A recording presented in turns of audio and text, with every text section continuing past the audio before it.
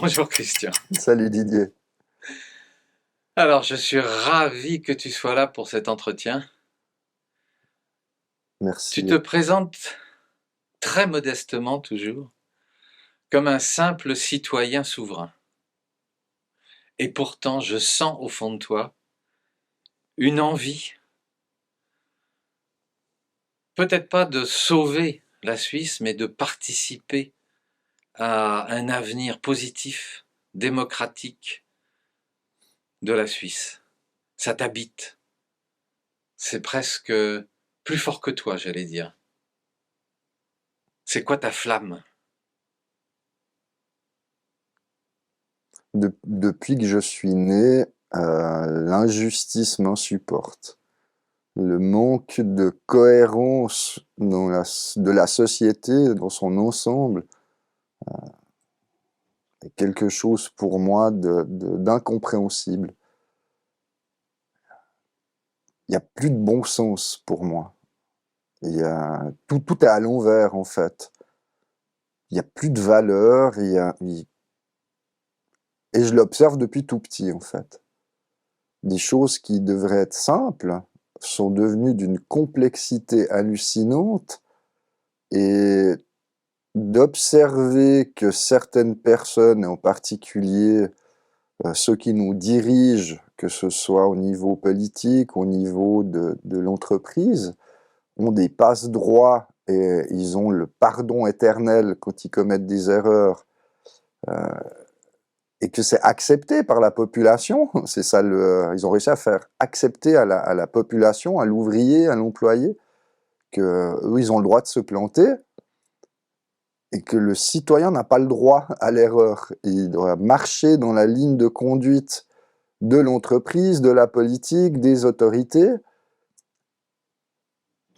Et s'il dit quelque chose, ben, il est puni, en fait. Il a plus de droit. C'est ce que je remarque, c'est que l'humain n'a pas sa place, on ne lui permet pas, ou certaines personnes plutôt ne lui permettent pas d'être à sa place, d'être véritablement autonome, de réfléchir, de penser, d'exécuter par soi-même, parce qu'il y a des dirigeants pour ça. On a créé des dirigeants, ça me fait mal aux oreilles le mot d'ailleurs, dirigeants, euh, des managers, des gens qui s'improvisent leaders. Et il n'y a aucune transparence, il n'y a aucune intégrité dans la majorité de ces gens. Et le peu de personnages historiques qui ont de l'intégrité, ils se font éliminer de l'histoire. Et on va jusqu'à parfois souiller leur mémoire. Et ça, je l'observe depuis très longtemps, en fait. Et que ce soit, je parle d'entreprises, de politique, de société, dans la religion également, hein, c'est la même chose. C'est le même constat que j'ai. Tous ces grands hommes qui ont fait passer des messages, somme toute très simples, sont devenus très complexes. On en fait des tonnes de bouquins, des tonnes de philosophie, des tonnes d'écrivains, de maîtres à penser, de maîtres de cérémonie, et les messages sont complètement noyés là-dedans. Il n'y a plus de bon sens, en fait, quoi. Il n'y a plus de bon sens. Est-ce que tu crois que tu es le seul à penser ou ressentir cette situation? Je ne pense pas, mais honnêtement, je pense que je dois être un des rares à le voir sous l'angle sur lequel je le vois, je le perçois. Ou peut-être un des rares à l'exprimer?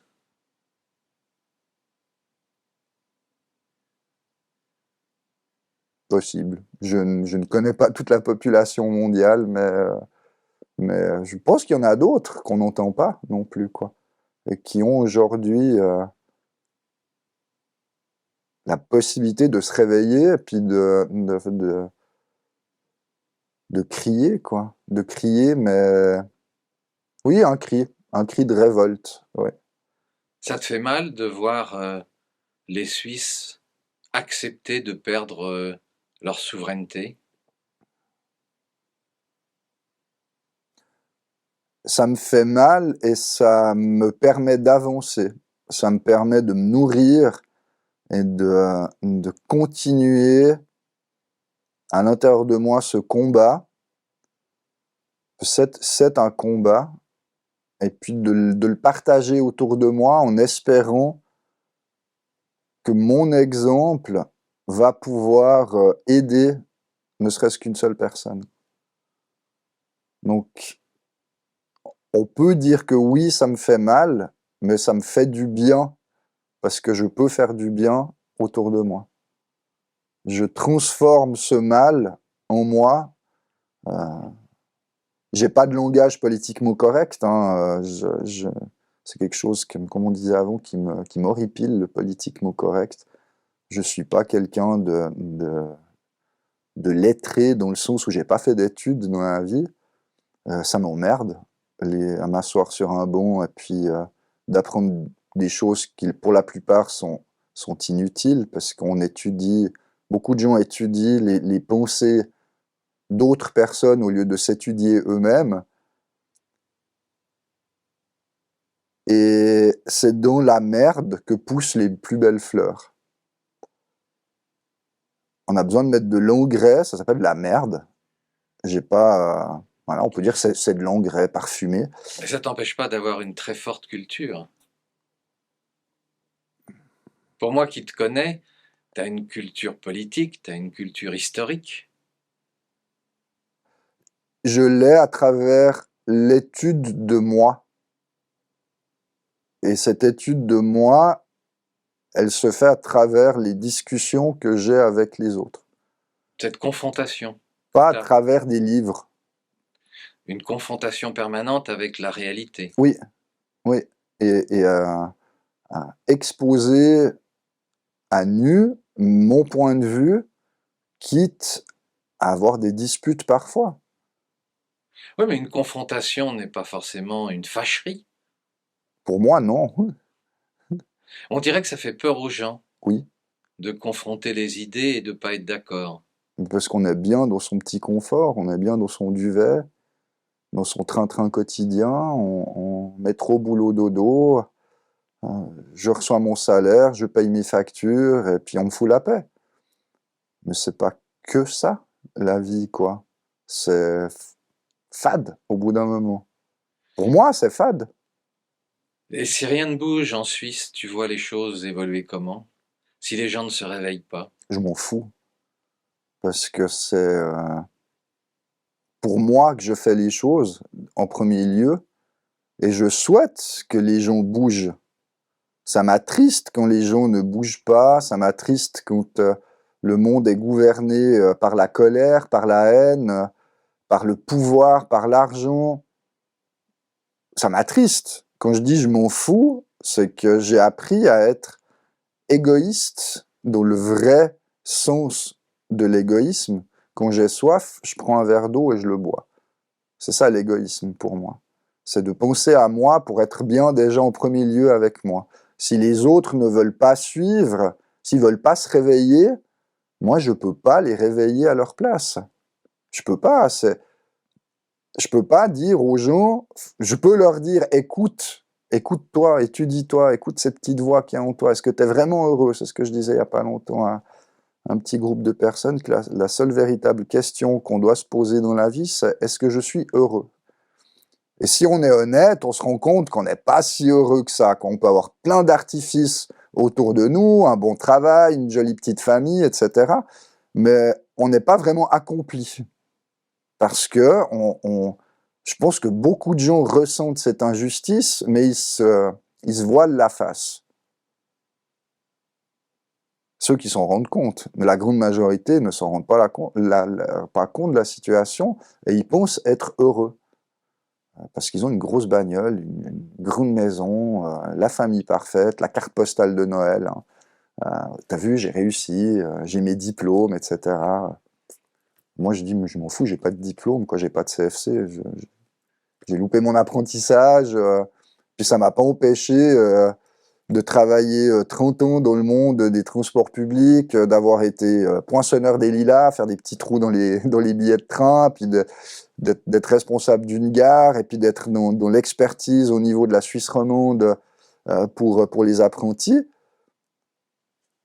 Mais je peux pas accrocher au mur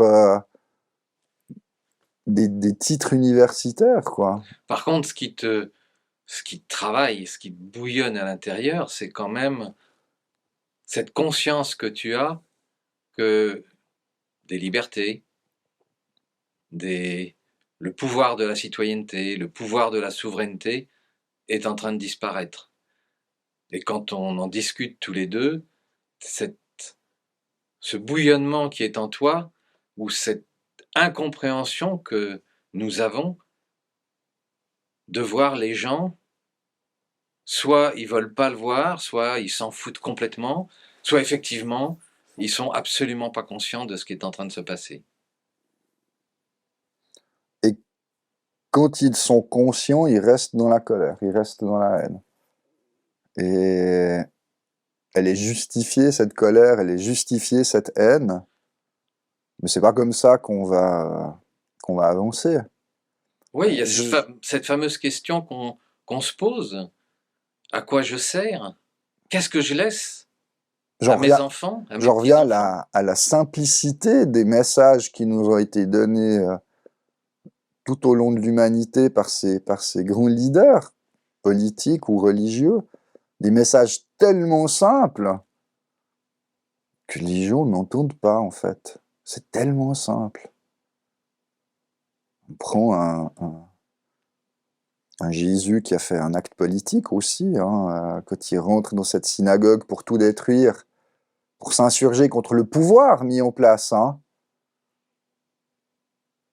et qui dit la maison de mon père n'est jamais fermée, Dieu est en vous. Le message du Bouddha, la même chose. De Mahomet, la même chose. De Mandela, la même chose. Tous ont le même message, c'est en toi. C'est pas à l'extérieur. Et je pense que si les gens, je répète, commencent à s'écouter, on n'a plus besoin de politique, on n'a plus besoin de religieux. Et il faut le dire, il faut l'exprimer. Tu penses que les gens ont peur d'aller puiser au fond d'eux, de se poser la question, ce que je disais à l'instant, à quoi je sers? Oui. Oui, parce que j'ai peur. J'ai peur de me poser... J'ai peur de trouver la réponse. Me poser la question, je me la pose, mais je pense qu'on a tellement été éduqués, justement, qu'on ne sert à rien, qu'il faut laisser les grands s'occuper de nous, que d'oser prendre sa place, c'est quelque chose que je suis en train d'apprendre à faire. Mais ces fameux grands qui, normalement, devraient s'occuper de nous, en fait, ils s'occupent d'eux, de leur pouvoir, de leur fortune. Ils s'occupent pas d'eux, ils s'occupent d'aspects matériels en réalité, de leur fortune De leur justement. fortune, oui, tout Ouais. à fait. Oui, oui. De l'amassement, des richesses, du pouvoir, mais ils s'occupent pas d'eux. Je pense qu'à eux, on leur pose la question, t'es vraiment heureux comme ça? Ils diraient oui, mais s'ils sont vraiment honnêtes avec eux, non. Comment tu peux être heureux de mentir en permanence à des gens? Ça me dépasse. Ça me dépasse. Alors si ils disent honnêtement qu'ils sont heureux, moi j'ai pas envie que ces gens continuent à nous diriger, quoi. S'ils n'ont pas compris qu'est-ce que c'est être libre, être heureux, le partage. Je sais pas, j'ai plus envie. J'ai jamais eu envie. J'ai jamais eu envie. On m'a eu approché par le passé quand, avec quelques amis, j'avais la vingtaine, on a mis en place une pétition pour ouvrir un centre de jeunes. On avait eu droit à une tribune politique pour nous exprimer, donc un conseil communal à Montreux à l'époque. Et j'avais reçu des coups de fil à la maison de présidents de partis politiques qui me disaient ah, venez chez nous, c'est génial ce que vous avez fait, ce que vous avez dit. Et à tous, je leur ai dit la même chose, quoi. Ce que vous voulez, c'est me faire fermer ma gueule, quoi. c'est de me mettre dans votre camp pour avoir une belle image, et puis vous allez rien faire du tout en réalité, quoi. C'est ça la politique, quoi. C'est du bla bla bla bla bla, puis à la fin, ben, y a rien qui change, à part qu'ils deviennent plus riches, quoi. Tu restes intimement convaincu que c'est le citoyen souverain qui peut changer les choses, s'il se réveille. Je pense qu'aujourd'hui, on a besoin de personnes qui se mettent à poil. On n'a pas besoin de gens qui cachent qui ils sont. Je pense que si des gens se présentent à nu et en expliquant qui ils sont, d'où ils viennent, qu'est-ce qu'ils ont comme richesse, Ce qu'ils ont vécu. ce qu'ils ont vécu aussi, qui ils sont, je pense que ça peut amener le citoyen à aussi prendre leur propre pouvoir sur leur vie et à se dire, ben ouais, effectivement, on se fout de notre gueule depuis très longtemps. D'une façon générale, l'être humain a besoin d'un leader ou d'un modèle. Oui, Aujourd'hui, on n'en a plus. oui, on n'en a plus. Est-ce que tu crois que c'est ça qui fait qu'en fait personne ne bouge? On n'a pas de modèle, on n'a pas d'exemple, on n'a pas de personne qui s'engage et qui se met à poil, comme tu dis. On a beaucoup de faux prophètes, comme je les appelle, des gens qui prêchent la bonne parole, et puis quand on creuse un peu, c'est vide, où il y a des contradictions, où il n'y a aucune cohérence. Il y en a certainement qui existent. J'en connais qui ont osé ces 2 dernières années se foutre à poil et puis à défendre leurs convictions, à défendre leurs enfants, à défendre les citoyens. Certains ont disparu du paysage, d'autres sont encore là. Et c'est avec ces gens qu'on doit avancer. C'est avec ces gens qui, comme moi, n'osent peut-être pas dire qu'ils sont des leaders, mais qu'ils le sont. Oui, je pense qu'on ne s'auto-proclame pas. Ouais. Je pense qu'on ne s'auto-proclame pas leader.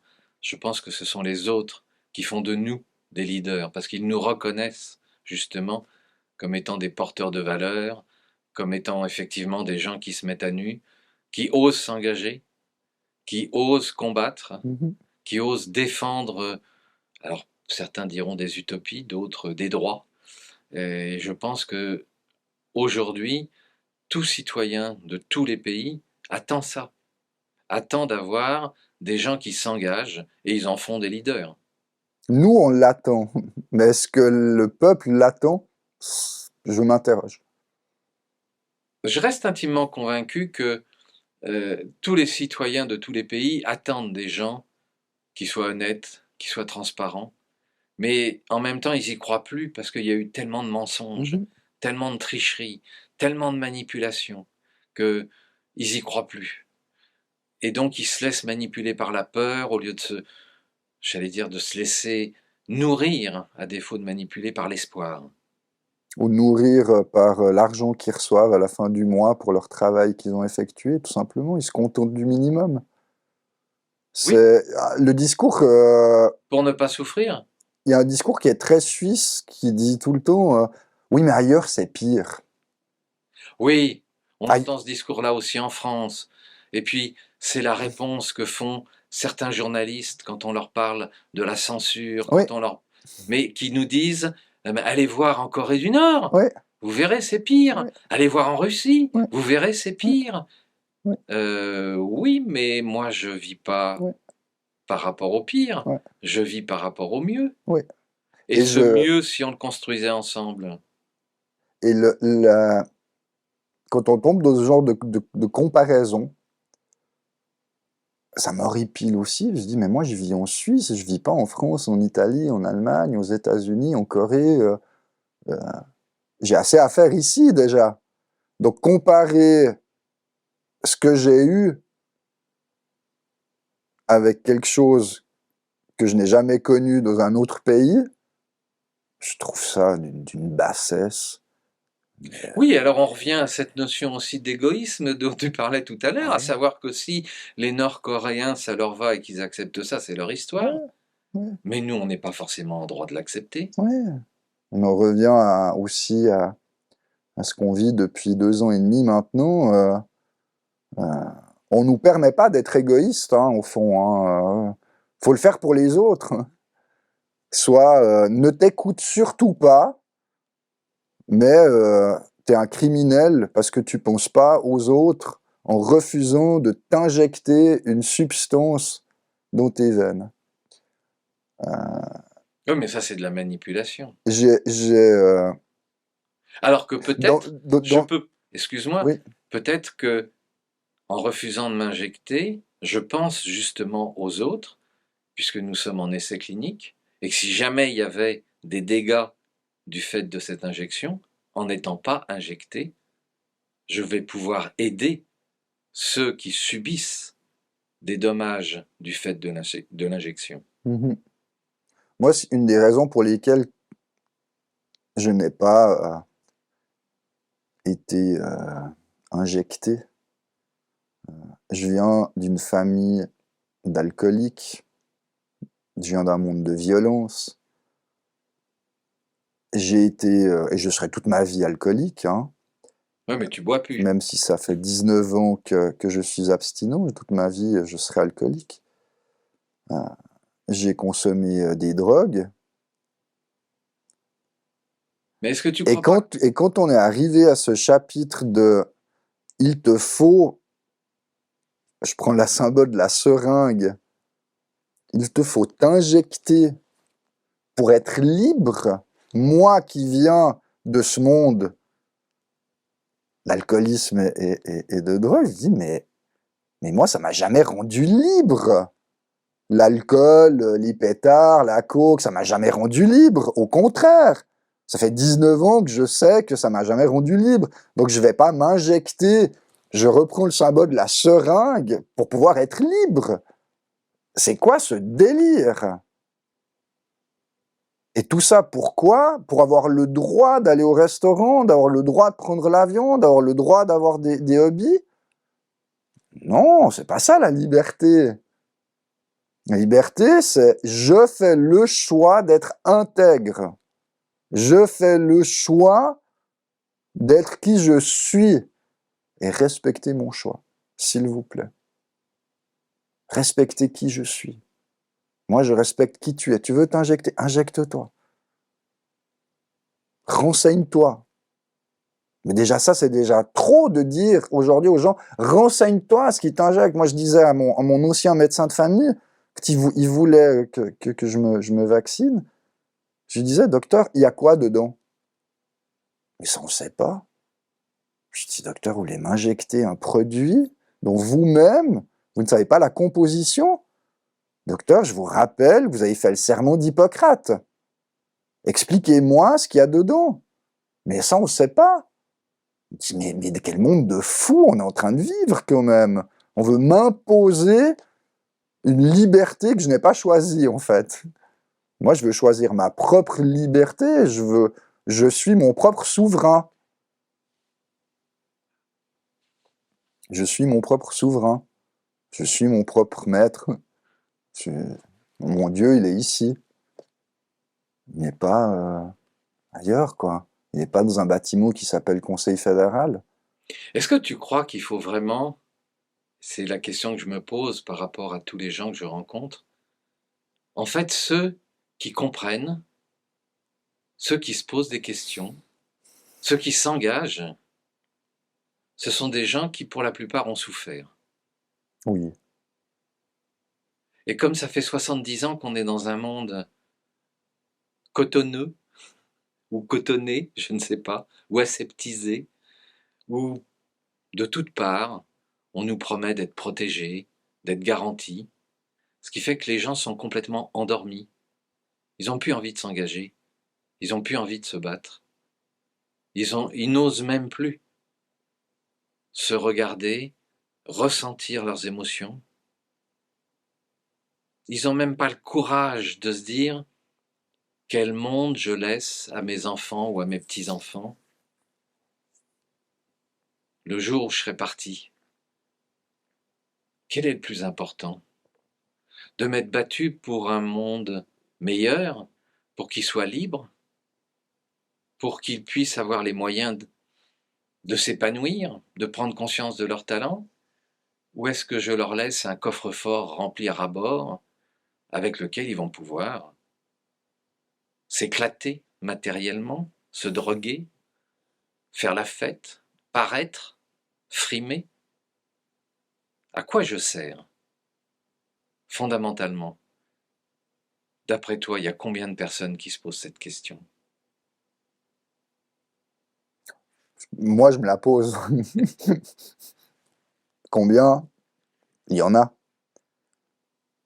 Tu sais, en 2003, c'est l'année, j'ai quitté le pays. Je suis parti 2 ans en Amérique latine. Ma maison était mon sac à dos.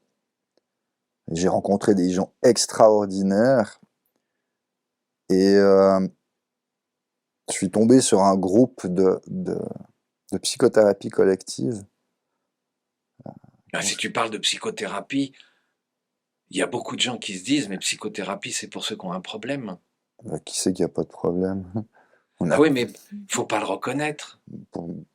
Moi, je le reconnais. Hein, Parce que vis-à-vis des autres, si on dit qu'on a un problème, ouais. ou qu'on va se former, ou qu'on va rencontrer des méthodes de psychothérapie pour aller mieux, alors on se dit, mais attends, il n'est pas dans notre groupe. Ah bon? Il ne fait pas partie de notre tribu. Ah. Il est d'une tribu bizarre. Oui. Est-ce que ce ne serait pas plutôt une tribu normale? C'est quoi la norme? La norme? C'est celle qui nous est imposée par la société, où on met des tests de QI. Donc, quand j'ai rencontré ce groupe de psychothérapie collective, et j'insiste sur le mot collectif, qui étaient des groupes d'échange et de partage, où chacun parlait de soi, et il n'y avait pas de cotisation, il n'y avait pas de livres. Non, c'était tu viens si tu as envie de venir, tu t'assieds, puis si tu as envie de parler, tu lèves la main et tu partages ce que tu vis. En Amérique latine, continent très, très pauvre, c'est un petit pays en Amérique centrale, le Salvador. Et moi, j'avais toujours pensé que le gouvernement était là pour me protéger. Comme j'étais encore bien innocent à l'époque, j'y ai cru. Et je me bourrais la gueule tous les jours, je fumais des joints tous les jours, mais c'était normal. Alors, on le voit encore aujourd'hui dans le monde de l'entreprise. On ne dit pas de quelqu'un qu'il est alcoolique, on dit qu'il aime bien l'apéro. Hein. On aime bien déguiser une fois de plus. Hein. Et je pensais innocemment que ben oui, si je consomme de l'alcool, déjà c'est en vente libre. Donc si c'était dangereux, le gouvernement il interdirait la vente de l'alcool, je veux dire. S'il pense à mon bien, donc ça ne veut pas dire que c'est pas si mauvais. Puis en plus on pense à tout le lobby qu'il y a là derrière. Je veux surtout pas qu'on pense que je suis un anti-alcool. Hein. C'est juste quelque chose qui ne convient pas pour moi. Les gens font ce qu'ils veulent. La même chose avec les joints. Le problème de drogue pourrait être très très vite réglé dans le monde. Hein. Il suffirait de légaliser la drogue. Il n'y aurait plus de trafic de drogue. Hein. Mais comme il y a tellement d'intérêts économiques et de blanchiment d'argent là derrière que on va pas prêt à le légaliser. Hein. Encore un problème politique. Hein. Beaucoup d'hypocrisie là-dedans.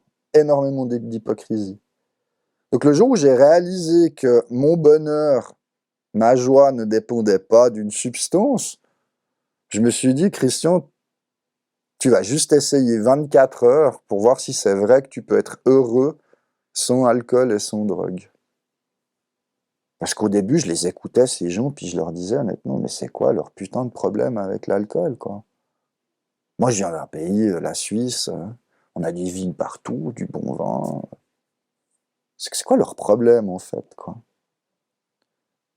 Et au fur et à mesure que j'ai participé à ces groupes, j'ai compris qu'en fait, le problème, c'est pas l'alcool, c'est pas la drogue, C'est pas ma femme, ma maîtresse, ma maman, mon papa, la famille, la société, etc. C'est pas ça le problème. Le problème, c'est moi, comment je pense, comment j'interprète les choses, quoi.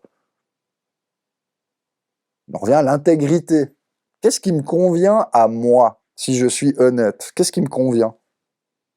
Alors si je pousse le raisonnement que tu viens d'exprimer, et je me mets dans la peau de quelqu'un qui a une bonne situation, pas forcément très riche, il peut parfaitement dire qu'est-ce qui me convient à moi?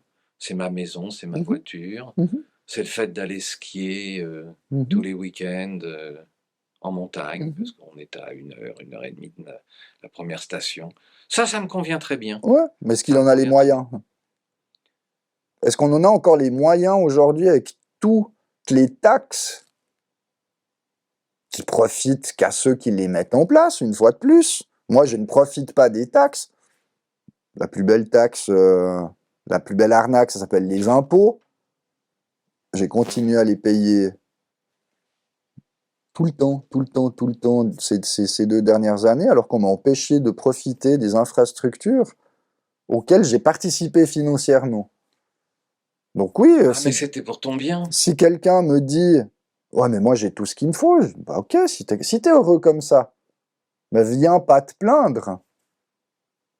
Si t'as envie que les choses changent, rends-toi compte tout ce qu'on nous arnaque tous les jours. Et à qui profite le crime, comme on dit, hein. Il suffit de suivre l'argent, comme on dit. L'argent, j'ai été éduqué avec très très très peu d'argent. J'ai eu des exemples merveilleux. J'ai 46 ans. Quand j'avais une dizaine d'années, on n'avait pas besoin de tout ce qu'il y a aujourd'hui, parce qu'on nous fait croire qu'on a besoin de tout ça aussi. Ces 2 dernières années, j'ai retrouvé, à travers certaines personnes, des valeurs qui me sont essentielles, qui sont le partage avec des gens qui partagent mes idées et avec qui on peut se réunir, on peut rire, on peut danser, on peut chanter, on peut pleurer ensemble. Ça, c'est des cadeaux extraordinaires, quoi. Moi, j'ai le luxe, je me sens riche d'avoir des gens autour de moi envers qui je peux parler et pleurer.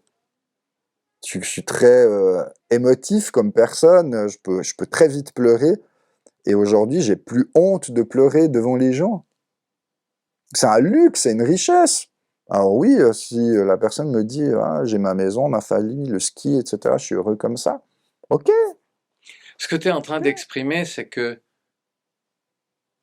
à travers ce que tu vis, c'est être vrai, être soi. Et ce que tu aimerais peut-être, c'est que chacun découvre, quel que soit son statut social, ses origines ethniques, le fait d'être vrai, d'être soi. Mais ça fait peur, Mhm, ça fait peur, mhm, parce que chacun appartient à un groupe avec des codes où ils ont, j'allais dire, une cotte de maille ou une protection autour d'eux. Ils paraissent, ils ont construit des murs, ils donnent l'impression d'être. Et ça, c'est 80% de la population. Il faut, on doit, le paraître. entre autres. Ouais, ouais. Si on reste là-dedans, il n'y a rien qui va bouger. S'ils sont heureux comme ça, Oui, mais on le qui, sait que qui meurent comme ça, c'est un bonheur matériel. ouais. Est-ce que ça me concerne? Ou est-ce que je veux construire un futur avec des gens qui se posent ces questions? Moi, j'ai envie de construire ce futur avec les gens qui se posent ces questions, pas avec des gens qui se posent pas de questions. Je pense on a plus le temps. On est face à une urgence. On est pris de plus en plus en étau. On fait pas boire un âne qui a pas soif, comme on dit. Et si certaines personnes sont heureux dans leur confort Matériel. matériel, il faut aussi que eux respectent qui je suis. Ah, alors on arrive là sur un point essentiel. C'est que ces gens, par rapport à des gens comme toi ou comme nous, Mhm, on leur fait peur. mhm. Ils ont peur qu'on déstabilise leur monde. Je crois pas qu'ils aient peur, je crois on leur demande d'avoir peur de nous. On leur fait comprendre qu'on est des dangers pour la société. Non, Parce qu'on... ce n'est pas nous qui leur demandons d'avoir peur de nous.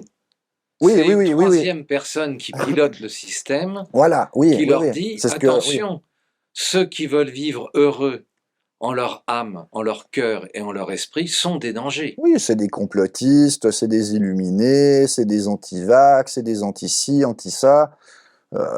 C'est des utopistes. Voilà, on est des pestiférés hein, pour ces gens, hein. On est des dangers pour ces gens. Oui, mais regarde tout ce que, déjà pour ma part, depuis plus de 20 ans, j'exprime et qui est en train de se réaliser aujourd'hui. Mhm, Que ce soit à travers la santé, que ce soit à travers l'énergie. Et il va y en avoir d'autres, ça va être à travers les finances, l'argent, les banques, les systèmes. Ça fait 20 ans, même plus de 20 ans qu'on dit, il y a quelque chose qui est en train de se préparer. mhm, Ça fait plus de 20 ans qu'on nous dit, mhm, vous êtes des utopistes, mhm. vous êt des... Pourtant, nous sommes Même dans le plus, système. hein, il y a 2000 ans, on en a crucifié un pour ça, Oui, hein. ça fait 2000 ans que, effectivement, il y a le message. Mais ça fait, depuis l'après-guerre, qu'en fait, les choses se mettent tranquillement en place. Et ça fait un certain temps que tout le monde dit, ce sont des utopistes, ce sont des illuminés, ils ont fumé la moquette, Mhm, à défaut d'autre chose. Ils nous racontent des histoires. Et puis aujourd'hui, c'est en train de se mettre en place, c'est en train d'arriver, c'est en train de se concrétiser. mhm. Donc bien entendu, moi j'ai des gens qui me disent, de toute façon, tu avais une chance sur deux de te tromper. Ouais, Ouais, d'accord. pile ou face, ouais. Mais je ne demande pas que vous reconnaissiez que j'avais raison. Mhm, Je vous demande que vous reconnaissiez la réalité de ce qui se passe. mhm, Et puis qu'on puisse en discuter, mhm, qu'on puisse confronter nos idées. Et puis, chacun peut effectivement continuer à vivre selon un monde qui est en train de s'écrouler, et que ceux que nous avons élus, j'allais dire, managent l'écroulement, gèrent l'écroulement. Dans quel but? Alors, c'est cette réflexion-là où je me dis, le citoyen souverain, est-ce qu'il reste, il est conscient qu'il est plus ou moins et de moins en moins citoyen et de moins en moins souverain? Mais toi, tu disais tout à l'heure, il s'en fout. Qui veut être citoyen souverain? Celui qui veut l'être, qui se réveille. Celui qui ne veut pas l'être, qu'il ne nous empêche pas de vivre, qu'il nous fasse confiance. Mais comment tu gagnes la confiance des gens? C'est très compliqué quand tu es face à un État, à des dirigeants qui ont peur pour leur place. Bien sûr. Combien de fois j'ai été confronté professionnellement à des top managers qui m'écartaient parce que je suis personne pour eux. Je viens pas de ce monde des études universitaires, je serre pas les mains à ces corrompus non plus. On fait peur, donc on nous discrédite à chaque fois. On dit, regardez, c'est des illuminés, et bien souvent on avait raison. On avait raison depuis 10 ans, 20 ans, 30 ans, 40 ans, on avait raison. Il On faut... avait malheureusement raison. Et en fait, on s'en fout d'avoir raison. Exact, c'est ça que j'allais dire, on s'en fout. On s'en fout, il y a simplement un état des lieux, un état de fait, qui est pas de dire, voyez, j'avais raison. Mais maintenant que ça se réalise, maintenant qu'on est dans cette situation, on fait quoi? Est-ce que chacun reste de son côté, dans son petit cocon? Ou est-ce qu'éventuellement, on se réunit, on discute pour construire quelque chose? Mhm, Quelque chose qui corresponde à ce qu'on croit, mhm, et à ce que nous sommes, et à ce que nous voulons vivre, et à ce que nous voulons léguer. mhm. J'ai toujours l'impression que sur cette planète et dans certains pays, notamment des pays riches, les gens s'en foutent, ils viennent, ils consomment, ils s'en vont. La question que je pose toujours sous forme de métaphore, c'est quand tu vas aux toilettes et que tu sors des toilettes, dans quel état tu laisses les chiottes? Ben, quand tu vas dans les autoroutes et que tu vois dans quel état sont les toilettes, tu te dis qu'effectivement, ils en ont rien à foutre de ce qu'ils laissent derrière eux. Mhm. Mhm. Ils s'en foutent. Qu'est-ce qu'on peut faire? C'est se réunir entre nous. C'est, je répète, c'est se foutre à poil et puis dire, Ouais. bah, maintenant on avance ensemble. Maintenant on y va, on agit. Qu'est-ce qu'on veut attendre de plus? Qu'il y ait encore des crucifiés sur la place publique? Des sorcières que l'on Des brûle. sorcières qu'on brûlait, effectivement. Est-ce qu'on veut vivre encore des moments de malheur? C'est, On a l'impression d'ailleurs que l'être humain ne comprend et n'évolue que quand il vit des catastrophes. malheureusement, ouais. Et en On dirait fait, que ça lui a pas suffi, quoi, de on parle de guerre, de viol, de faillite, de famine, de difficulté à joindre les deux bouts. Quelqu'un me disait il y a pas longtemps, ah c'est génial, on a reçu 60 francs d'augmentation pour l'AVS. Et je disais, mais moi, à ta place, je renverrais ces 60 francs directement au gouvernement. C'est se foutre de la gueule du monde. Oui, mais tu te rends compte au niveau national combien de millions ça fait? Et je dis, tu te rends compte le nombre de millions de francs qui foutent à la poubelle parce que ces vaccins sont jetés, ils arrivent à date de péremption. Ça te pose aucun problème, là? C'est ton argent aussi. Et personne se révolte.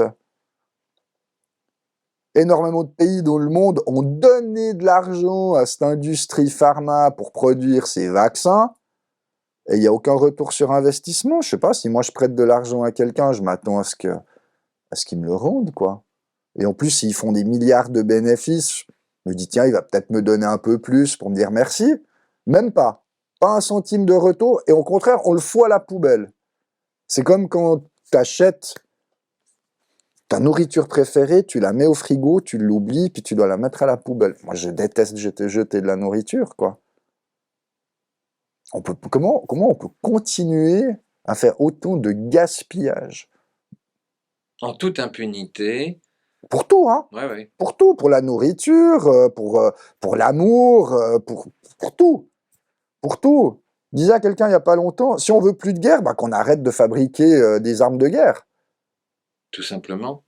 Et puis le problème, il est réglé. Les gens, D'ailleurs, ils ont qu'à se lancer des cailloux, et puis voilà. ouais, mais si par exemple, tu vois, c'est un truc que j'ai jamais compris. Envahir les pays, tuer des millions de gens Ouais, pour piller les richesses. ouais. Imagine que un pays qui a envie de dominer le monde propose de construire des écoles, propose de construire des hôpitaux. D'après toi, quelle pourrait être la réaction d'une population pauvre qui voit arriver d'autres personnes avec l'envie de les aider sur le plan de la santé, sur le plan de la nourriture, sur le plan euh, de l'éducation? Est-ce que les pauvres, on le sait, ils vont partager leurs richesses à partir du moment où on leur vient en aide. Alors pourquoi les détruire? C'est quoi cet état d'esprit qui consiste à tuer l'autre pour le voler, alors qu'il suffirait simplement de lui apporter ce que nous savons faire pour qu'il partage avec nous les quelques richesses, matières premières dont on a besoin en échange? Moi, j'aime bien voir sous l'autre angle, dire pays pauvre. Moi, j'ai tellement appris, hein, le continent d'Amérique latine est pauvre. J'ai Et tellement ils sont matériellement pauvres, mais matériellement, spirituellement exact, et humainement, ils sont très riches. c'est là où je voulais en venir. Mais c'est là où on a un échange à faire. Exactement, exactement. On doit déjà arrêter de dire qu'ils sont pauvres, Oui, hein, parce que ce n'est pas... la pauvreté dans un pays qui compte un des plus hauts taux de suicide au monde, qu'on appelle la Suisse, et qui est extrêmement riche d'un point de vue matériel, c'est qui les pauvres pour finir, quoi? C'est les pays où il y a le plus de suicides, où ils ont le moins à manger, mais qui sont quand même unis, où ils vont partager. Moi, j'ai été dans des familles où on m'accueillait alors qu'on ne me connaissait pas. On me, Donc, tu parles de ton voyage en Amérique du de Sud. mes nombreux Oui. voyages que j'ai fait là-bas, on m'offre, on prépare un poulet qui était à la base prévu pour toute la semaine, pour toute la famille, mais parce que je suis là, on va faire le poulet. Waouh, ça remet quand même les choses en place, j'ai envie de dire, quoi. Absolument. C'est quoi être pauvre? Mm. Alors, j'avais connu une famille au Pérou, à Cusco, qui est une ville qui est classée au patrimoine mondial de l'UNESCO.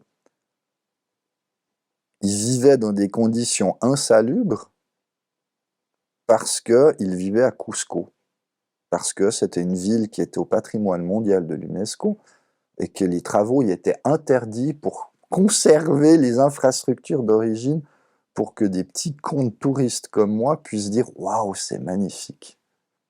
Sans penser Au au bien-être des bien-être des citoyens. gens qui vivent à l'année là-bas, quoi. Absolument. Mais c'est aberrant des choses pareilles, quoi.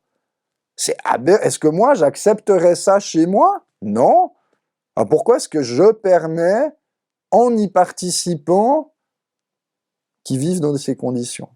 Juste pour aller prendre une jolie petite photo, puis dire à mes potes, t'as vu, j'ai vécu quelques jours chez une famille, la terre, c'était le sol, c'était encore de la terre battue.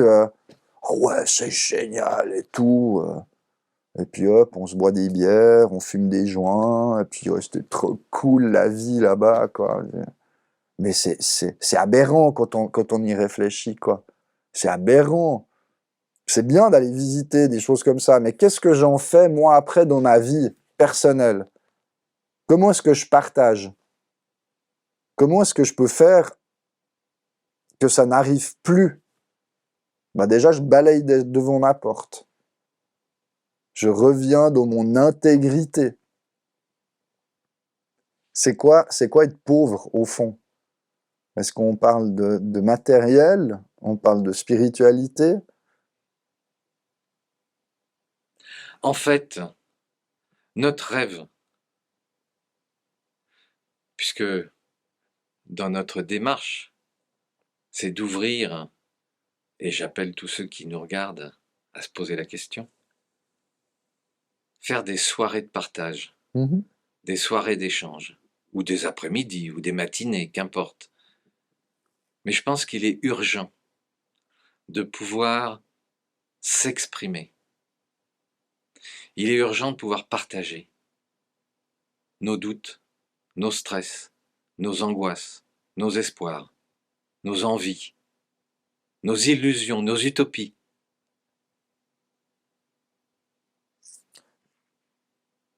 Oui,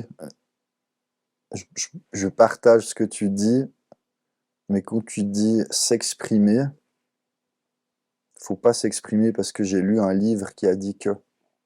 Non, Faut pas donner ses idées parce que tel et tel a dit que. Non, j'en reviens à moi, Christian avec Christian. Qu'est-ce que je veux? Qu'est-ce que je ressens? Pas qu'est-ce que j'ai appris à travers des études qui sont ni plus ni moins que le prolongement de la catastrophe qu'on est en train de vivre, quoi. Toute notre société, les lois sont basées et sont construites par une élite qui eux-mêmes disent qu'est-ce qui doit figurer dans les livres d'histoire, qu'est-ce qui doit figurer dans les livres d'enseignement, et qui modulent la pensée de la société en général. Il faut partager, il faut discuter, mais moi, la question que je pose, et vu que tu es là, je dis, mais, et toi, Didier, t'es qui? c'est le travail de toute une vie. C'est le travail de toute une vie, C'est la question que je me pose. Qui mais, suis-je et à quoi je sers? mais si on est honnête, je crois que la réponse à cette question, on l'a depuis le premier jour où on se l'est posée. Bien sûr, Si on est honnête.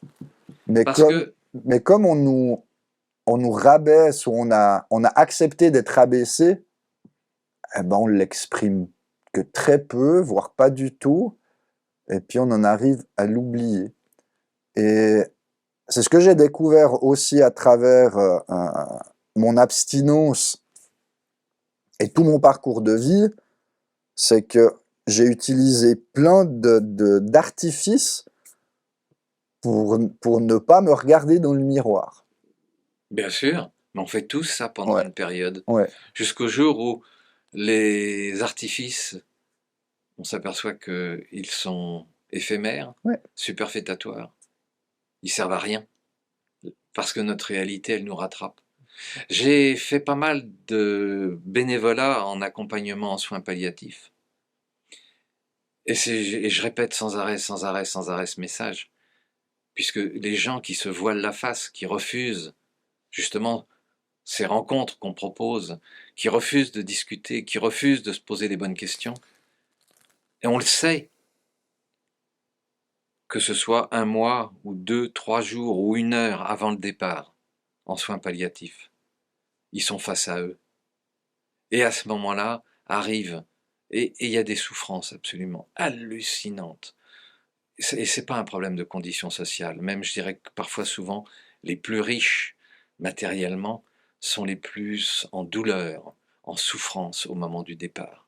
Ils se rendent compte que c'est un peu la lettre que Steve Jobs avait laissée d'ailleurs quelque temps avant sa mort.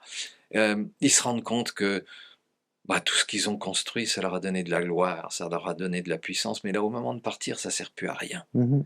Ça sert plus à rien. Par contre, ils n'ont rien laissé comme message humaniste. Ils n'ont rien laissé comme dimension d'amour. Ils n'ont rien laissé comme émotion positive aux autres. Et pas forcément à leur famille, parce que parfois il y a eu des déchirures et les familles les ont, j'allais dire, éjectés de leur vie. Ou eux-mêmes ont éjecté leur famille de leur vie.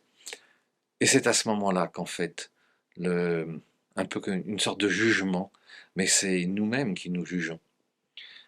C'est pour ça que dans le travail qu'on fait tous les deux, moi j'invite les gens à nous rejoindre.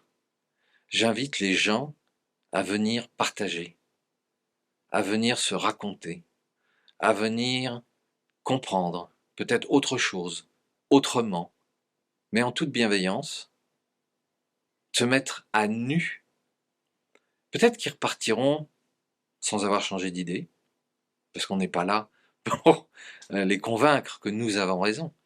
On est là juste parce qu'on sait que plus on va se rencontrer, plus on va échanger d'idées, plus on va trouver des solutions et plus on va créer de richesses.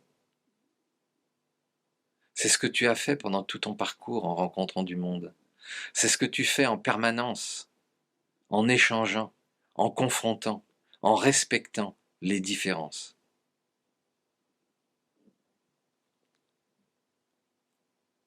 Et tu es prêt à faire partie de cet accueil. Parce que tu as ce pouvoir, et je recommande à tout le monde, et à chaque fois j'en parle, c'est un leitmotiv, de lire le livre sur le pouvoir de la vulnérabilité de Brené Brown. Je le recommande sans cesse. Plus vous accepterez d'être vulnérable, c'est exactement ce que tu fais. Plus vous serez fort, plus vous serez aimé, plus vous serez respecté, parce qu'on vous verra comme un humain et non pas comme une machine à cash. Qu'est-ce que t'en penses?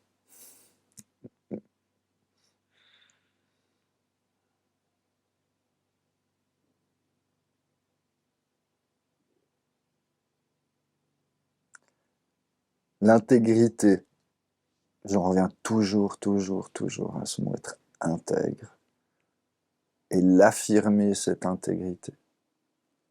Pas avoir honte de dire qui on est. Moi, j'ai pas honte de dire qui je suis. Au contraire, je peux me regarder tous les jours dans le miroir et je baisse plus les yeux quand je me regarde dans le miroir. On peut continuer à m'attaquer comme j'ai été attaqué. Je m'en fous. Mais nous serons attaqués. Et Mais Il y a un qu'importe. artiste que j'aime bien, je vais pas citer son nom, mais il y a une phrase dans une de ses chansons où il dit un genou à terre, mais le sourire face à l'enfer. Et j'adore cette phrase, quoi.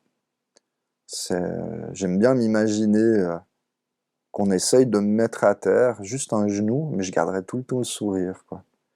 On peut me cracher dessus, je garderai toujours le sourire parce que je vais continuer d'avancer, en fait. On peut me salir, on peut tout me faire, hein. Qu'est-ce que j'ai pas vécu qu'on n'a pas essayé de souiller mon intégrité, souiller mon corps, souiller mon âme. Je peux en parler, ça effraie quand j'en parle, mais j'en suis pas mort, quoi. Au contraire, j'en suis sorti encore plus vivant. Et je pense que c'est important de le partager, parce que moi, j'ai toujours l'espoir que ça va réveiller les gens avec qui je discute. C'est pas mon but, mais si c'en est la conséquence, waouh, je vais m'endormir avec le sourire, quoi. C'est génial, cette personne, elle commence à comprendre qui elle est, quoi. Parce que j'ai osé dire qui je suis. L'effet miroir, tu sais. L'effet miroir, il faut l'accepter aussi, il faut pas le repousser.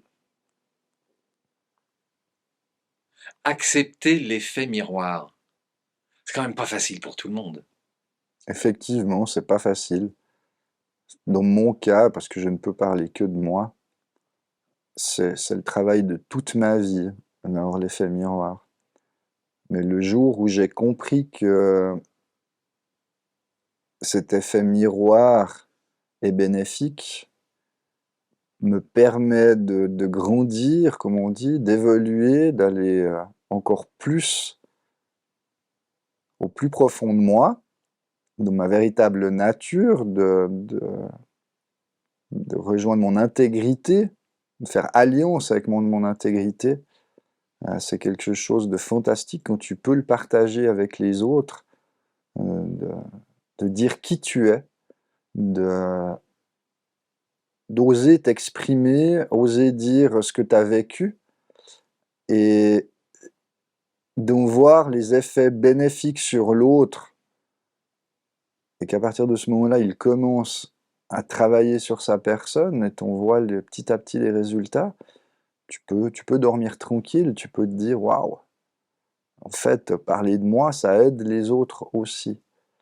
Et j'en reviens à la psychothérapie collective une fois de plus, l'échange, le partage, parce qu'en fait, quand on est en groupe, c'est toujours une forme de psychothérapie. Mais il faut pas employer ce mot-là, ça fait peur. Alors employons le mot Échange, partage, ouais, s'enrichir ouais, les uns les autres de nos expériences. ouais, si tu veux, si c'est un mot qui t'est plus agréable, utilise ce mot pour toi. Euh, Il y a un moment pour rire, il y a un moment pour être sérieux. J'utilise souvent ce mot, mais effectivement, je reste ouvert à utiliser d'autres mots, hein. C'est pas un souci pour moi. Et cet effet miroir, le fait de se mettre à nu, pour moi, est extrêmement important. Euh, Qu'on sache qui tu es. et déjà On ne t'interprète pas. que je sache qui je suis aussi en exprimant qui je suis. Ça me permet de prendre de plus en plus confiance en moi, euh, de ce qu'on appelle aussi, je m'excuse du terme en psychologie, la catharsis, le fait d'exprimer à haute voix ses pensées pour pouvoir s'écouter et surtout à travers l'écoute des autres pour comprendre qui je suis. Et je pense que ça devrait être le rôle de tout un chacun que d'écouter l'autre pour comprendre en réalité qui on est. Et je pense qu'on peut construire une société, Mais souvent l'autre te juge. c'est pas grave, Il ne te dit pas qui tu es. c'est pas grave, Il te dit ce que tu lui fais ressentir. c'est pas grave, c'est son ressenti. Je peux paraître très dur ou très je m'en foutiste quand je dis c'est pas grave ou que je m'en fous, mais l'important c'est de le faire. C'est comme quand on apprend à faire du vélo, ben, on tombe. puis on se relève, puis on recommence, et on tombe. C'est pas grave. On s'en fout des jugements au final, quoi. On est tout le temps jugé, hein. Comme je disais souvent au travail, quand je travaillais, je dis, on est toujours le connard de quelqu'un de toute façon. Il y aura toujours quelqu'un dans l'assistance, dans le public, dans la société, pour dire que c'est pas bien ce qu'on fait, quoi. Qu'il soit jaloux, qu'il soit Et envieux. c'est pas grave. Il a le droit de l'être, hein, s'il est heureux comme ça. Après, est-ce que ça va fonctionner toute sa vie comme ça? Bah, j'émets des doutes, des réserves, hein. Il n'y a que, pour moi, la confrontation avec qui je suis à travers le regard de l'autre, à travers la discussion que j'ai avec l'autre, que je peux avancer si je suis honnête avec moi. Et non pas si je suis tout le temps dans mon ego qui veut tout le temps avoir raison. L'humilité va avec l'intégrité. Dire, t'as raison, je me suis planté, j'ai merdé, je m'excuse. Alors, des fois, les excuses, on n'y croit pas, mais déjà de l'exprimer. Les plus belles excuses, c'est quand on met en pratique ces excuses, pas quand on fait Ah, je suis que d'accord, de les dire ou de les écrire. Je suis absolument. désolé, et puis voilà, je prends le cas d'une personne qui est violentée physiquement, et que la minute d'après, la personne qui a commis l'acte s'excuse, et que le lendemain recommence. C'est ça, exactement. Euh, C'est dans les gestes qu'on voit la réalité. et que le discours, pour l'avoir vécu en étant enfant, le discours de la personne qui se fait violenter est « mais je l'aime ». C'est ça. Et ça fausse toute l'éducation, ça fausse tout en fait, quoi. Si depuis tout petit on me dit que la violence c'est de l'amour, ben je vais y croire. Absolument. Je veux dire, c'est vrai, et je ne peux pas remettre en doute le point de vue de cette personne, parce qu'elle a raison dans son éducation, dans ce qu'elle a appris. Et quand on la confronte à un miroir, comme je peux l'être parfois avec certaines personnes, dû à mon vécu, je comprends les réactions violentes qu'il peut y avoir en face de moi, le déni qu'il peut y avoir. Aujourd'hui, ce que j'ai appris parfois à faire, c'est à me taire, et puis à laisser l'autre dans ses pensées, puis qu'elle se rend compte par elle-même qu'elle était peut-être dans le tort, la façon de voir les choses. J'ai encore eu dernièrement des coups de fil qui m'ont dit « Christian, tu avais quand même raison ». Je dis « Mais je ne cherche pas à avoir raison. Je veux juste montrer Oui, je pense qu'on que n'est pas sur le bon chemin. » tu mets le doigt là sur quelque chose d'essentiel. C'est que nous sommes entourés souvent de gens qui veulent démontrer qu'ils ont raison, Oui, qui vont trouver des fausses excuses, ils vont aller rechercher des fausses informations oui, pour avoir oui. raison, pour obtenir ce qu'ils veulent. Or, le problème n'est pas là. Non. Et quand on rentre dans leur jeu en leur démontrant que nous avons raison, hein, lorsqu'on utilise leurs outils pour leur dire « Non, mais regarde, je vais t'expliquer avec tes outils que tu t'es planté ou qu'on aurait pu faire mieux », ils vont encore trouver et utiliser la mauvaise foi pour ne pas avouer qu'ils se sont plantés. Et c'est ça qui est aberrant, parce qu'ils continuent sur le même chemin. Oui, bien sûr, puisqu'ils veulent avoir raison. Ouais, ouais, C'est ça qui est important ouais, pour eux. ouais. Avoir raison, c'est une forme de prise de pouvoir Oui, sur l'autre. et nous, le pouvoir, c'est pas ce qu'on veut. Moi, le pouvoir, ça m'a jamais intéressé, quoi. Il y a une phrase maintenant qui me vient de Che Guevara, qui était un médecin, qui était malade, asthmatique, et qui a fait ce qu'il a fait, qu'on aime ou qu'on n'aime pas. Mais une de ces phrases que j'ai toujours aimées, c'est « Moi, les honneurs, ça m'emmerde ». Et j'adore. On continue d'en parler de ce personnage, hein, qu'on aime ou qu'on n'aime pas. Moi, les honneurs, ça m'emmerde. Quelqu'un de très cultivé, un médecin qui a défendu les pauvres en Amérique latine, quoi. Et qui s'est fait assassiner par les siens. C'est ce que l'histoire démontre, quoi. Mais les honneurs, ça l'emmerdait. Donc, ça l'emmerdait que son visage figure sur des billets de banque, qu'on le mette sur un piédestal. C'est pas du tout ce qu'il voulait. Il n'était pas là pour ça. Exactement. Et j'en reviens à ce que je disais au début de l'interview, tous ces personnages qui, à travers l'histoire, à travers les siècles, ont passé des messages très simples, mais que les instances qui gouvernent le monde ont complexifié pour qu'on ne comprenne plus le message d'origine. Et moi, je ne cherche pas à avoir raison. Je ne Non, cherche pas à être un donneur de leçons. Je dis juste, depuis le début, je vous dis qu'on va se planter si on fait tel et tel truc. en synthèse, toi, comme moi, nous sommes dans l'accueil, le partage. Moi, j'ai un mot-clé qui s'appelle ensemble. Mhm. C'est-à-dire que, quelles que soient nos origines ethniques, quelles que soient nos origines sociales, quelles que soient nos croyances politiques, sanitaires, financières, rencontrons-nous. Mm. Exprimons qui nous Oui. sommes. Respectons-nous. Et c'est avec cet échange et ce partage qu'il y a des idées nouvelles qui vont naître. N'essayons pas d'avoir raison les uns sur les autres. Essayons de raisonner peut-être, mais surtout de poser des gestes ensemble.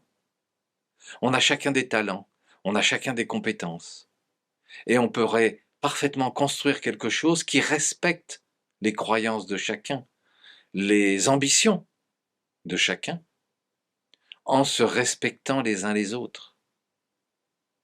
Pour le respect, je te rejoins, et j'y vois quand même une difficulté. Pour le respect, il faut de la confiance. Et la confiance, elle a été perdue encore plus ces dernières années, vis-à-vis de nos autorités, par exemple, de beaucoup d'institutions. Et de créer un dialogue alors que nous-mêmes, on a perdu cette confiance. On aura toujours cette part de méfiance. Oui, ça va nous prendre du temps. Et de l'autre côté, la même chose. Mais eux, ce sera plutôt de la méfiance parce qu'ils savaient qu'on avait raison. Et puis c'est surtout qu'ils sont dans un mode de fonctionnement, peut-être que certains réagiront à ça, mais qui est un mode manipulatoire, dans lequel il y a des mensonges, dans lequel il y a de la corruption, on le sait, ça explose de partout. Mais c'est pas grave. Ils ne s'en cachent pas. C'est pas Oui, grave. mais je reviens sur la notion de confiance. Oui. C'est-à-dire qu'en fait, ils ne peuvent pas croire que nous soyons sincères, puisque eux ne le sont pas. Oui. Les gens raisonnent par rapport à leur mode de fonctionnement, pas par rapport au mode de fonctionnement de l'autre. Mhm. Et tant qu'ils n'ont pas pris conscience de leur mode de fonctionnement, puisque souvent ils ont été Juste. formatés Oui. pour fonctionner comme ça, donc c'est pour ça qu'ils ont l'impression d'avoir raison, Mhm. même s'ils trichent, même s'ils mentent, même s'ils ont corrompu, ils sont dans un système qui leur donne raison. Mhm. Donc ils ne peuvent pas penser nous, on ouvre la porte pour accueillir, pour partager, pour échanger, Oui. en toute transparence et avec confiance. Et c'est pour ça que je dis aux gens, mais venez nous rencontrer, venez nous voir, une fois, deux fois, trois fois. Et surtout, n'écoutez pas seulement le discours que toi, Christian, ou moi, Didier, nous Exactement. posons. Regardez les gestes aussi qu'on pose, Apprends à penser par toi-même. avec Mhm. les gestes de l'autre. Oui. Regarde les gestes de l'autre. Et tu verras si les gestes de l'autre correspondent à ce qu'il a dit. Parce que la réalité, elle est dans les gestes. Mhm. Exact. Un message pour l'humanité. Réveillez-vous. N'ayez pas peur. Et sachez que nous ne sommes pas là pour vous sonner les cloches. Ouais. Ouais. On est là pour vous recevoir. On est là pour vous accueillir, vous écouter. On est là aussi pour vous raconter qui nous sommes. Et puis vous pourrez vérifier. On est là pour ensemble, construire ensemble. Pas un monde en opposition à l'autre.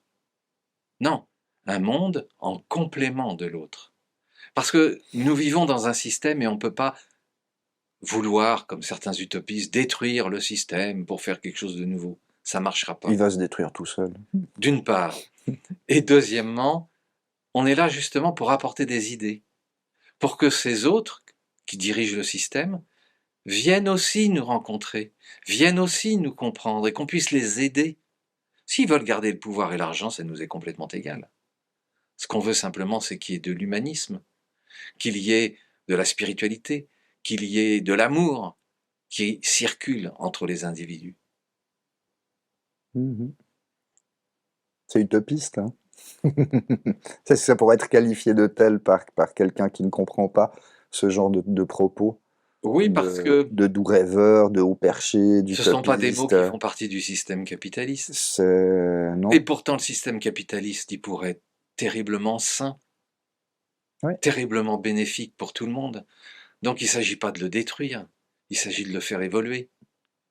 Donc, et je dis ça parce que dans les portes ouvertes que nous faisons, dans les tables d'échange et de partage que nous organisons, le but n'est pas de faire la révolution.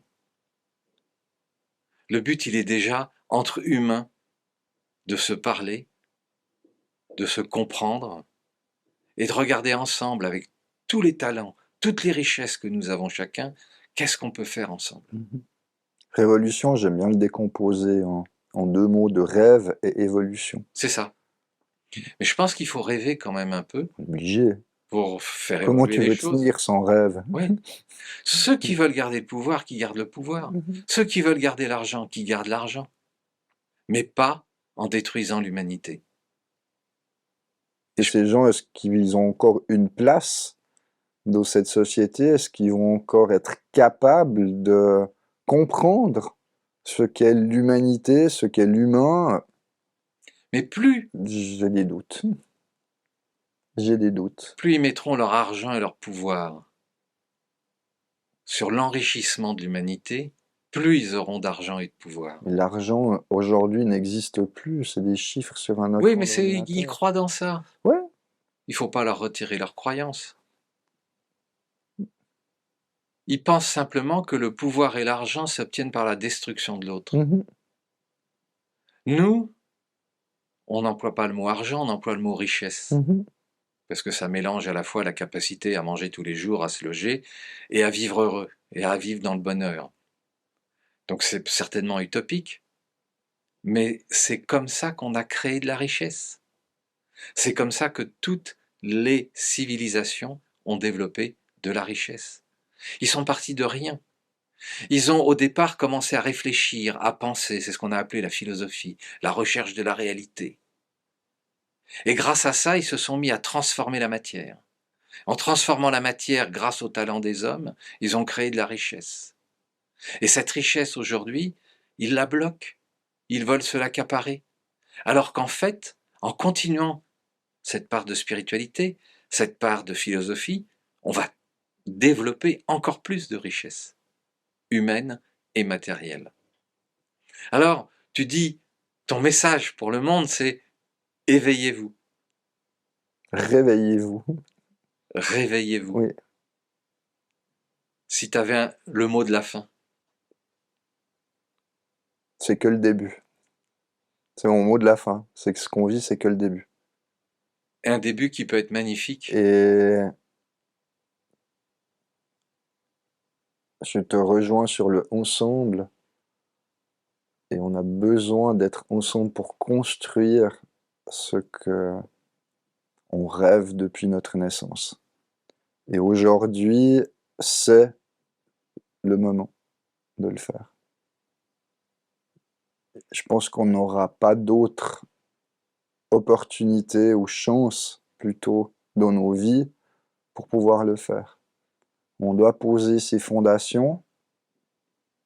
Ça se fera peut-être pas en 1 an, 5 ans, 10 ans, 20 ans, on n'en sait rien. Mais on a les capacités de les changer très rapidement. Je pense qu'en quelques mois, on pourrait tout faire basculer. Si on se met tous ensemble, je reste persuadé qu'en quelques mois, on fait tout basculer. Si on décrète l'interdiction de fabriquer des armes, il n'y a plus de guerre. Si on décrète que les industries doivent arrêter de fabriquer de l'alimentation qui empoisonne en réalité les gens, il y aura moins de malades. Et ça peut se régler en... C'est des décisions politiques. Hein. C'est un décret, c'est une loi, et puis c'est appliqué immédiatement, et en quelques semaines, hein, on pourrait régler tous ces problèmes. En quelques semaines. C'est une question de volonté. C'est juste une question de volonté et de mettre les bonnes personnes aux bonnes places. Ou que peut-être les personnes qui sont en place, subitement, Ouais. s'éveillent. Mais je pense qu'ils ont tellement de pression, hein, ils sont tellement tombés dans un piège de pression, de chantage, de pression économique que très peu vont avoir le courage, pour pas utiliser un autre mot, de le faire, de changer. Très très peu. Et si on les aidait à avoir ce courage, Qui viennent à nous, on les accueille. qui viennent et on en discute et on regarde comment on peut faire. Mais il faut pas.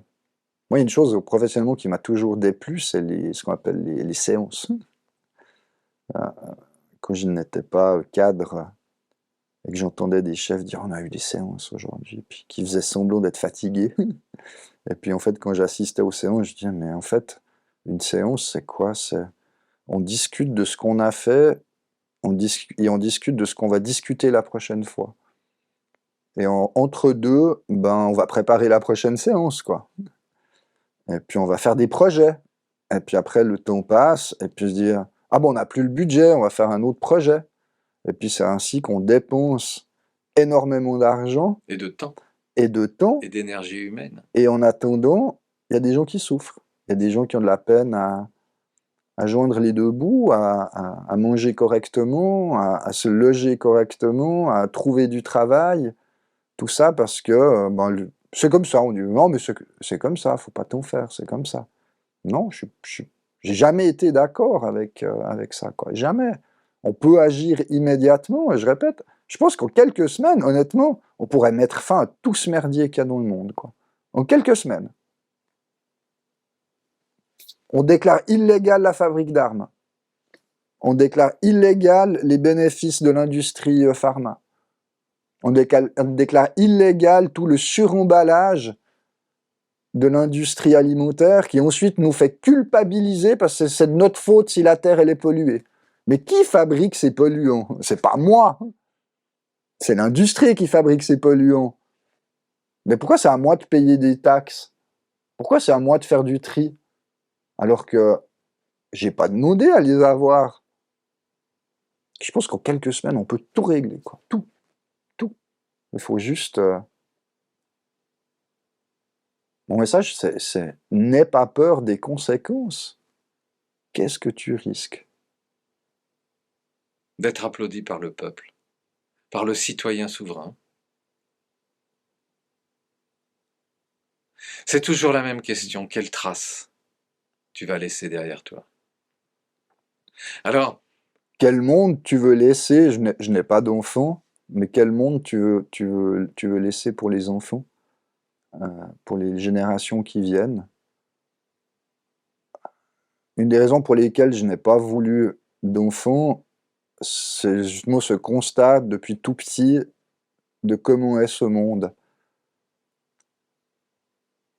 Et je trouve admirable les parents d'aujourd'hui qui tiennent le cap, qui tiennent la route, qui tiennent ces valeurs avec ses enfants. Honnêtement, je ne sais pas si je pourrais avoir cette force. Je ne sais pas. bah Je n'ai jamais eu d'enfant, je ne peux pas le savoir. Mais je pense qu'une fois que tu en as, tu dégages une autre énergie aussi, quoi. Mais je préfère me consacrer à d'autres combats que celui d'un combat qui aujourd'hui est extrêmement compliqué que de maintenir une famille sur le droit chemin, j'ai envie de dire, quoi. avec des valeurs. Ouais, ouais. Alors, Mais chacun sa vocation. ouais, ouais, Je crois que l'important, c'est de connaître la sienne. ouais. Alors, pour finir cet entretien, moi, je me permets de dire, venez nous rejoindre, venez Mhm. partager avec nous, venez échanger avec nous. Libre, sentez-vous libre. On n'est pas un groupe, on n'est pas une église, on n'est pas une religion. Ouais, On veut juste échanger, partager ouais. avec un maximum de gens pour que naissent des idées nouvelles, une énergie positive, humaniste. Et sachez nous ne sommes pas des révolutionnaires. Nous ne voulons pas détruire ce qui existe, nous voulons le faire évoluer dans le bon sens. Et toi?